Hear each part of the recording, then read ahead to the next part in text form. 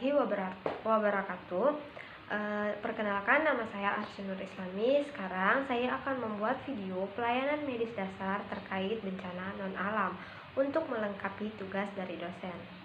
Di sini saya akan membahas tentang gastroenteritis atau muntaber. Pertama-tama yang harus kita ketahui yaitu apa itu gastroenteritis atau muntaber. Nah, gastroenteritis adalah peradangan yang terjadi pada dinding saluran pencernaan, khususnya lambung dan usus. Muntaber biasanya ditandai dengan gejala berupa mual, muntah, serta diare yang muncul secara tiba-tiba.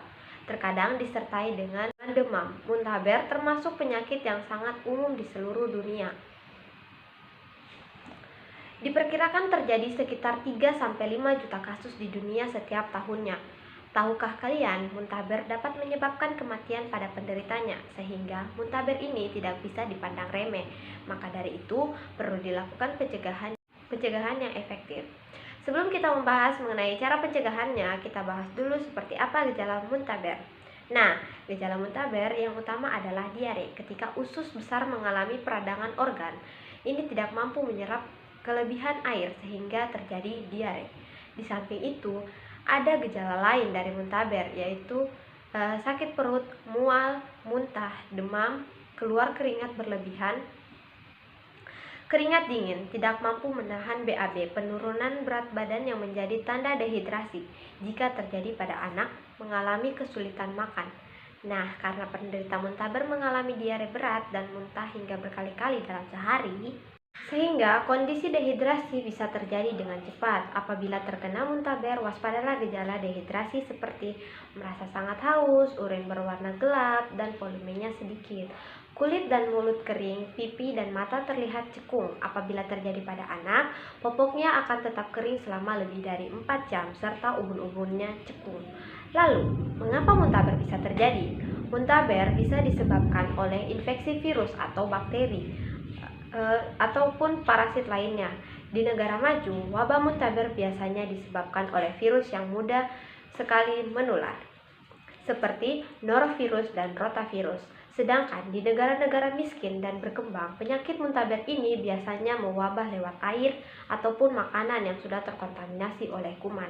Selain virus, gastroenteritis juga dapat disebabkan oleh bakteri, parasit, obat-obatan tertentu, logam berat.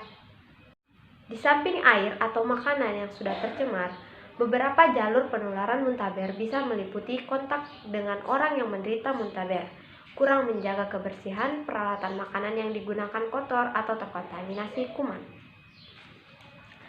Tapi jangan takut, khawatir, risau atau apapun itu. Penyakit ini bisa dicegah kok. Caranya yaitu pertama, vaksinasi. Dengan memberikan vaksin rotavirus, tetapi penyakit ini tetap bisa menyerang, namun gejalanya tidak terlalu parah. Yang kedua, cuci tangan. Yang ketiga, jaga jarak dengan penderita. Yang keempat, jaga kebersihan rumah. Yang kelima, awasi asupan makanan. Untuk cara pencegahannya, apabila terkena muntaber, yaitu segera periksakan kondisi ke dokter. Untuk langkah-langkah mencegah terjadinya dehidrasi, yaitu kita bisa melakukan yang pertama, berikan oralit. Ketika muntah-muntahnya berhenti, berikan larutan oralit sedikit demi sedikit agar tidak memicu muntah. Yang kedua, berikan makanan yang mudah dicerna seperti bubur, pisang, kentang, atau makanan yang lunak lainnya. Untuk sementara, hindari dulu memberikan anak makanan manis karena dapat membuat diare makin parah. Yang ketiga, untuk bayi yang menyusui, ibu dapat memberikan ASI sesering mungkin. Namun, jika bayinya itu minum susu formula, ibu bisa tetap memberikan susu formula, tetapi dengan tetap memberikan larutan rehidrasi atau oralit di sela-sela pemberian susu formulanya. Yang keempat, waspadai tanda-tanda dehidrasi. Selanjutnya kita bahas dampak positif dan dampak negatif dari penyakit ini. Untuk dampak positifnya, yang pertama, apabila terjadi gejala muntaber ini, ibu atau keluarganya dapat lebih berhati-hati lagi dalam memberikan asupan kepada anaknya.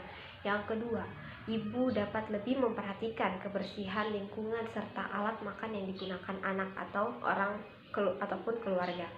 Yang ketiga, orang tua lebih memperhatikan lingkungan anaknya bermain. Nah, untuk dampak negatifnya, penyakit ini dapat menyebabkan kematian kepada penderita, terutama pada bayi, balita, lansia, serta orang yang memiliki imun yang rendah. Yang kedua yaitu dapat menyebabkan gagal ginjal. Selanjutnya, apa peran bidan dalam penanganan dan pelayanan untuk mengatasi penyakit ini? Yang pertama, bidan dapat memberikan konseling kepada ibu atau keluarga penderita mengenai wabah penyakit ini. Yang kedua, bidan dapat membantu memberikan oralit atau obat-obatan kepada penderita. Yang ketiga, memberitahukan atau menginformasikan kepada orang tua keluarga penderita mengenai pemberian asupan makanan kepada anaknya dan lain-lain. Sekian informasi dari saya. Lebih dan kurangnya mohon dimaafkan. Wabillahi taufiq wal hidayah. Wassalamualaikum warahmatullahi wabarakatuh. Semoga bermanfaat.